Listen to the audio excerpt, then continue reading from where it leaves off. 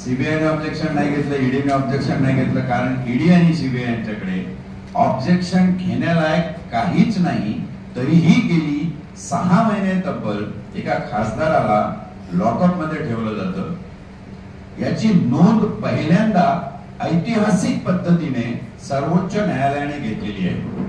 आणि हा जो निर्णय आहे तो निर्णय इतरही कोर्टांना, सर्वसामान्य हायकोर्टांना देशातल्या उद्या लागू पडेल की जर तुमच्याकडे खरंच काही मटेरियल एखाद्याच्या विरुद्ध नाही आहे तर केवळ राजकीय सूडबुद्धीने एखाद्याला दाबून टाकणं आणि एकाच पार्टीचे 3-3, 4-4 मोठे कद्दावर नेता तुम्ही लॉकअप मध्ये टाकता याच उद्देशाने की ती पार्टी तुम्हाला संपवायची आहे, गारद करून टाकायची आहे. तो डाव सन्माननीय अरविंद केजरीवाल आणि यांच्या सत्य कथनाने सुप्रीम कोर्टाने लक्षात घेऊन भारतीय जनता पक्षाचा हा अघोरी डाव उधळून लावलेला आहे. हा मुद्दा क्रमांक 1 चा. दुसरा मुद्दा असा आहे की आमच्या दिल्लीच्या मंत्री श्रीमती आतिशी सिंग यांनी काल पत्रकार परिषद घेऊन सांगितलं, सगळ्या देशामध्ये टाहो फोडला की त्यांच्या अगदी जवळचे निकटवर्ती आणि बीजेपीशी संबंधित लोक त्यांच्याकडे आले, म्हणाले तुम्ही बीजेपी जॉईन करा, नाही तर दुर्गेश पाठक, राघव चड्डा, स्वतः आतिशी मॅडम आणि सौरभ भारद्वाज या तुमच्या 4 लोकांना आम्ही अटक करू.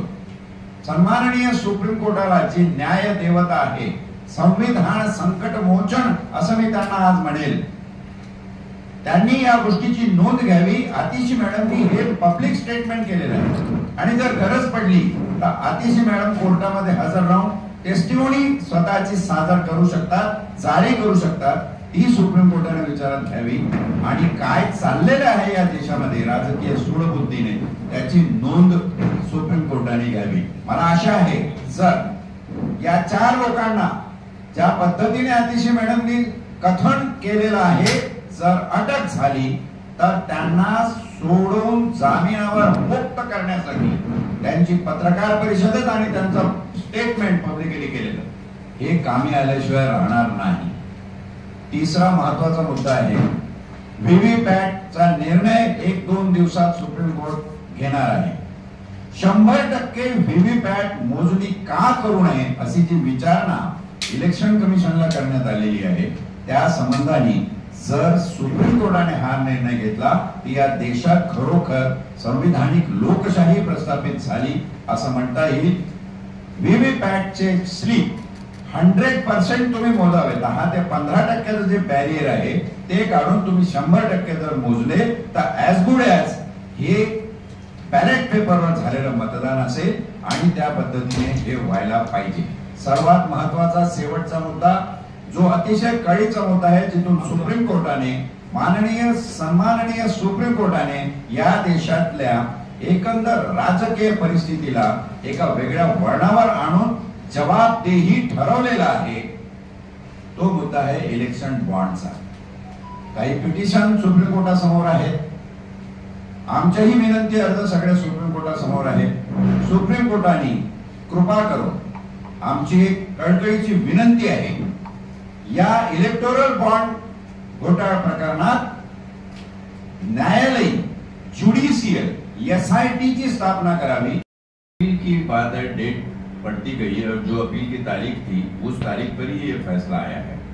और सुप्रीम कोर्ट का ये फैसला इस टाइम पे क्यों आया, मेरे ख्याल से ये सवाल सीबीआई और ईडी को पूछना चाहिए कि जिन्होंने इस वक्त सुप्रीम कोर्ट में ये क्यों कहा कि इनके खिलाफ हमारे पास पुख्ता सबूत नहीं है. अगर वो कहते तो फिर एक्सटेंड करा लेते. तो ये इस बात से संदेह न रखे कि इसमें इस वक्त ये क्यों आया, इसकी जवाबदेही ये संवैधानिक यंत्रणाएं हैं. अरविंद केजरीवाल जी के पास ऐसे कौन से सबूत मिले हैं जिसके बिना पे उनका अंदर किया गया? वही तो हम कह रहे हैं कि भैया आपके पास सबूत क्या है.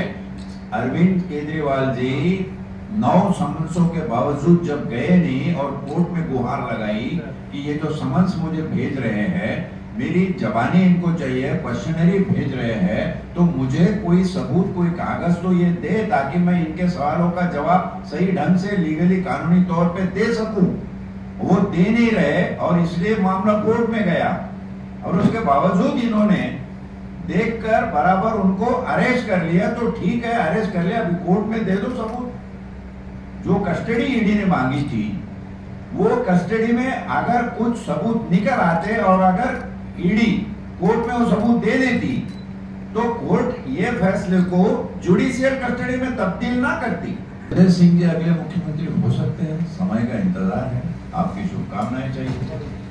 क्या दिल्ली के मुख्यमंत्री अरविंद केजरीवाल जी जेल में रह के सरकार चलाएंगे? बिल्कुल चलाएंगे।